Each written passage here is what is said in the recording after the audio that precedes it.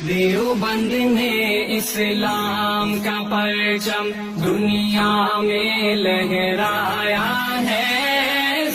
السلام علیکم ورحمۃ اللہ وبرکاتہ۔ بسم اللہ الرحمن الرحیم۔ رمضان المبارک کے اندر ایک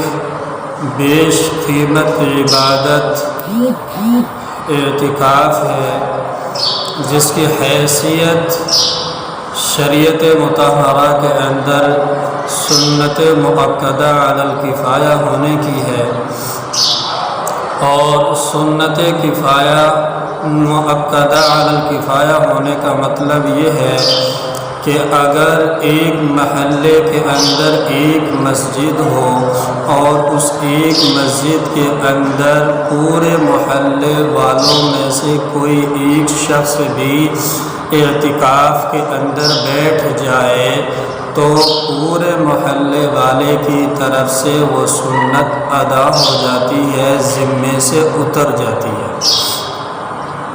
لیکن ثواب اسی شخص کو ملتا ہے جس نے اعتکاف کیا ہے۔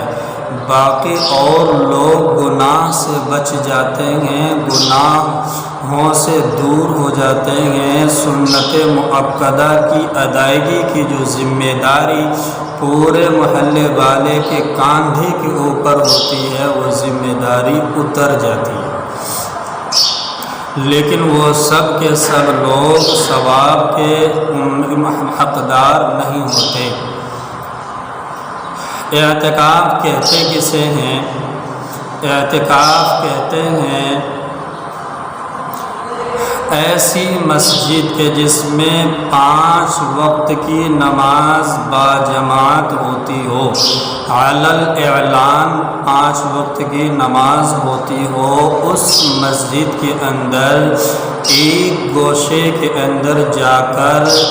بیٹھ جانا اللہ کی عبادت کرنے کے لیے، اللہ کی عبادت کی نیت سے، ارادے سے،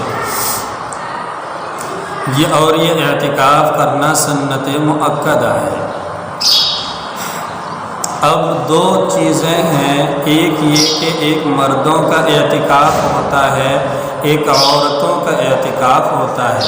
مردوں کے اعتکاف کے لیے 2 چیزیں ضروری ہیں۔ نمبر 1، جہاں وہ اعتکاف کر رہا ہے وہ ایسی جگہ ہو کہ جہاں پر 5 وقت کی نمازیں باجماعت ادا کی جاتی ہوں، اور علی الاعلان یعنی اذن عام کے ساتھ وہاں پر 5 وقت کی نمازیں ادا کی جاتی ہیں۔ اور دوسری شرط یہ ہے کہ جو اعتکاف کرنے والا ہے وہ اعتکاف کرنے والا روزے سے بھی رہے، روزہ بھی رکھے، بغیر روزے کے سنت مؤکدہ یعنی رمضان المبارک کے اعتکاف کا کوئی اعتبار نہیں ہے۔ اور دوسرا اعتکاف تھا عورتوں کا، تو عورتوں کے لیے معاملہ یہ ہے کہ فقہائے کرام نے عورتوں کو اپنے گھر کی مسجد میں عبادت کرنے کو کہا ہے، اپنی نمازیں ادا کرنے کو کہا ہے کہ جس جگہ پر وہ نمازیں اپنے گھر کے اندر ادا کرتی ہیں اسی جگہ پر وہ اعتکاف کی نیت کر کے بیٹھ جائے، عبادت کی نیت سے بیٹھ جائے تو اس کا اعتکاف گھر کے اندر ہوگا،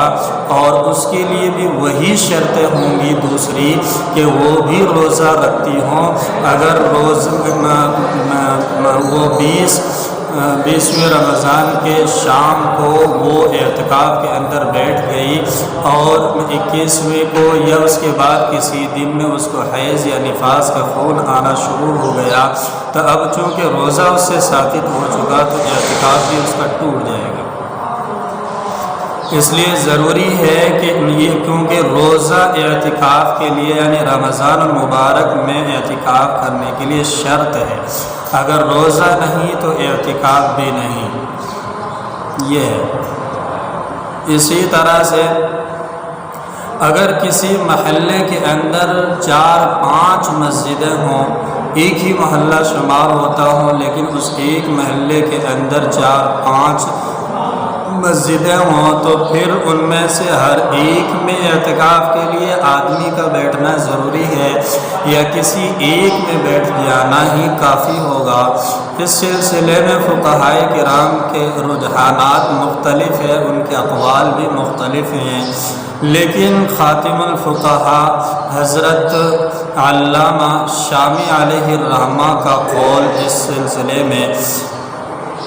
قوی ترین قول یہ ہے اور قول فیصل ان کا یہ ہے کہ اگر کسی ایک مسجد کے اندر بھی اگر کوئی اعتکاف کر لیتا ہے تو پورے محلے والے کی طرف سے سنت کی ادائیگی ہو جائے گی، سنت ذمے سے ساقط ہو جائے گی۔ ہر محلے کی ہر مسجد کے اندر اعتکاف کے لیے معتکف کا بیٹھنا یہ ضروری نہیں ہے۔ اسی طرح سے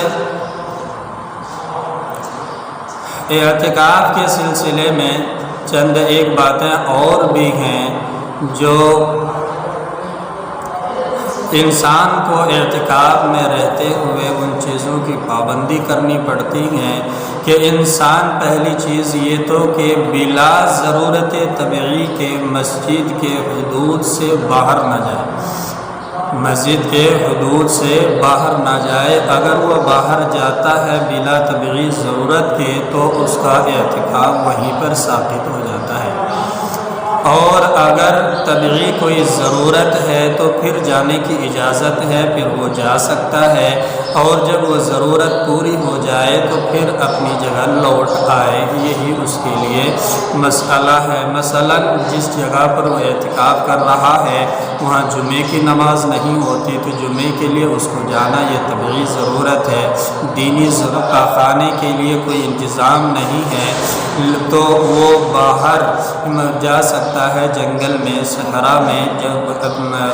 طبعی ضرورت کو پورا کرنے کے لیے۔ تو ان تمام صورتوں کے اندر اعتکاف ساقط نہیں ہوتا، اعتکاف نہیں ٹوٹتا۔ اللہ رب العزت سے دعا کریں کہ اللہ رب العزت ان تمام مسائل کو ہمیں سمجھنے کی توفیق عطا فرمائے، اللہ رب العزت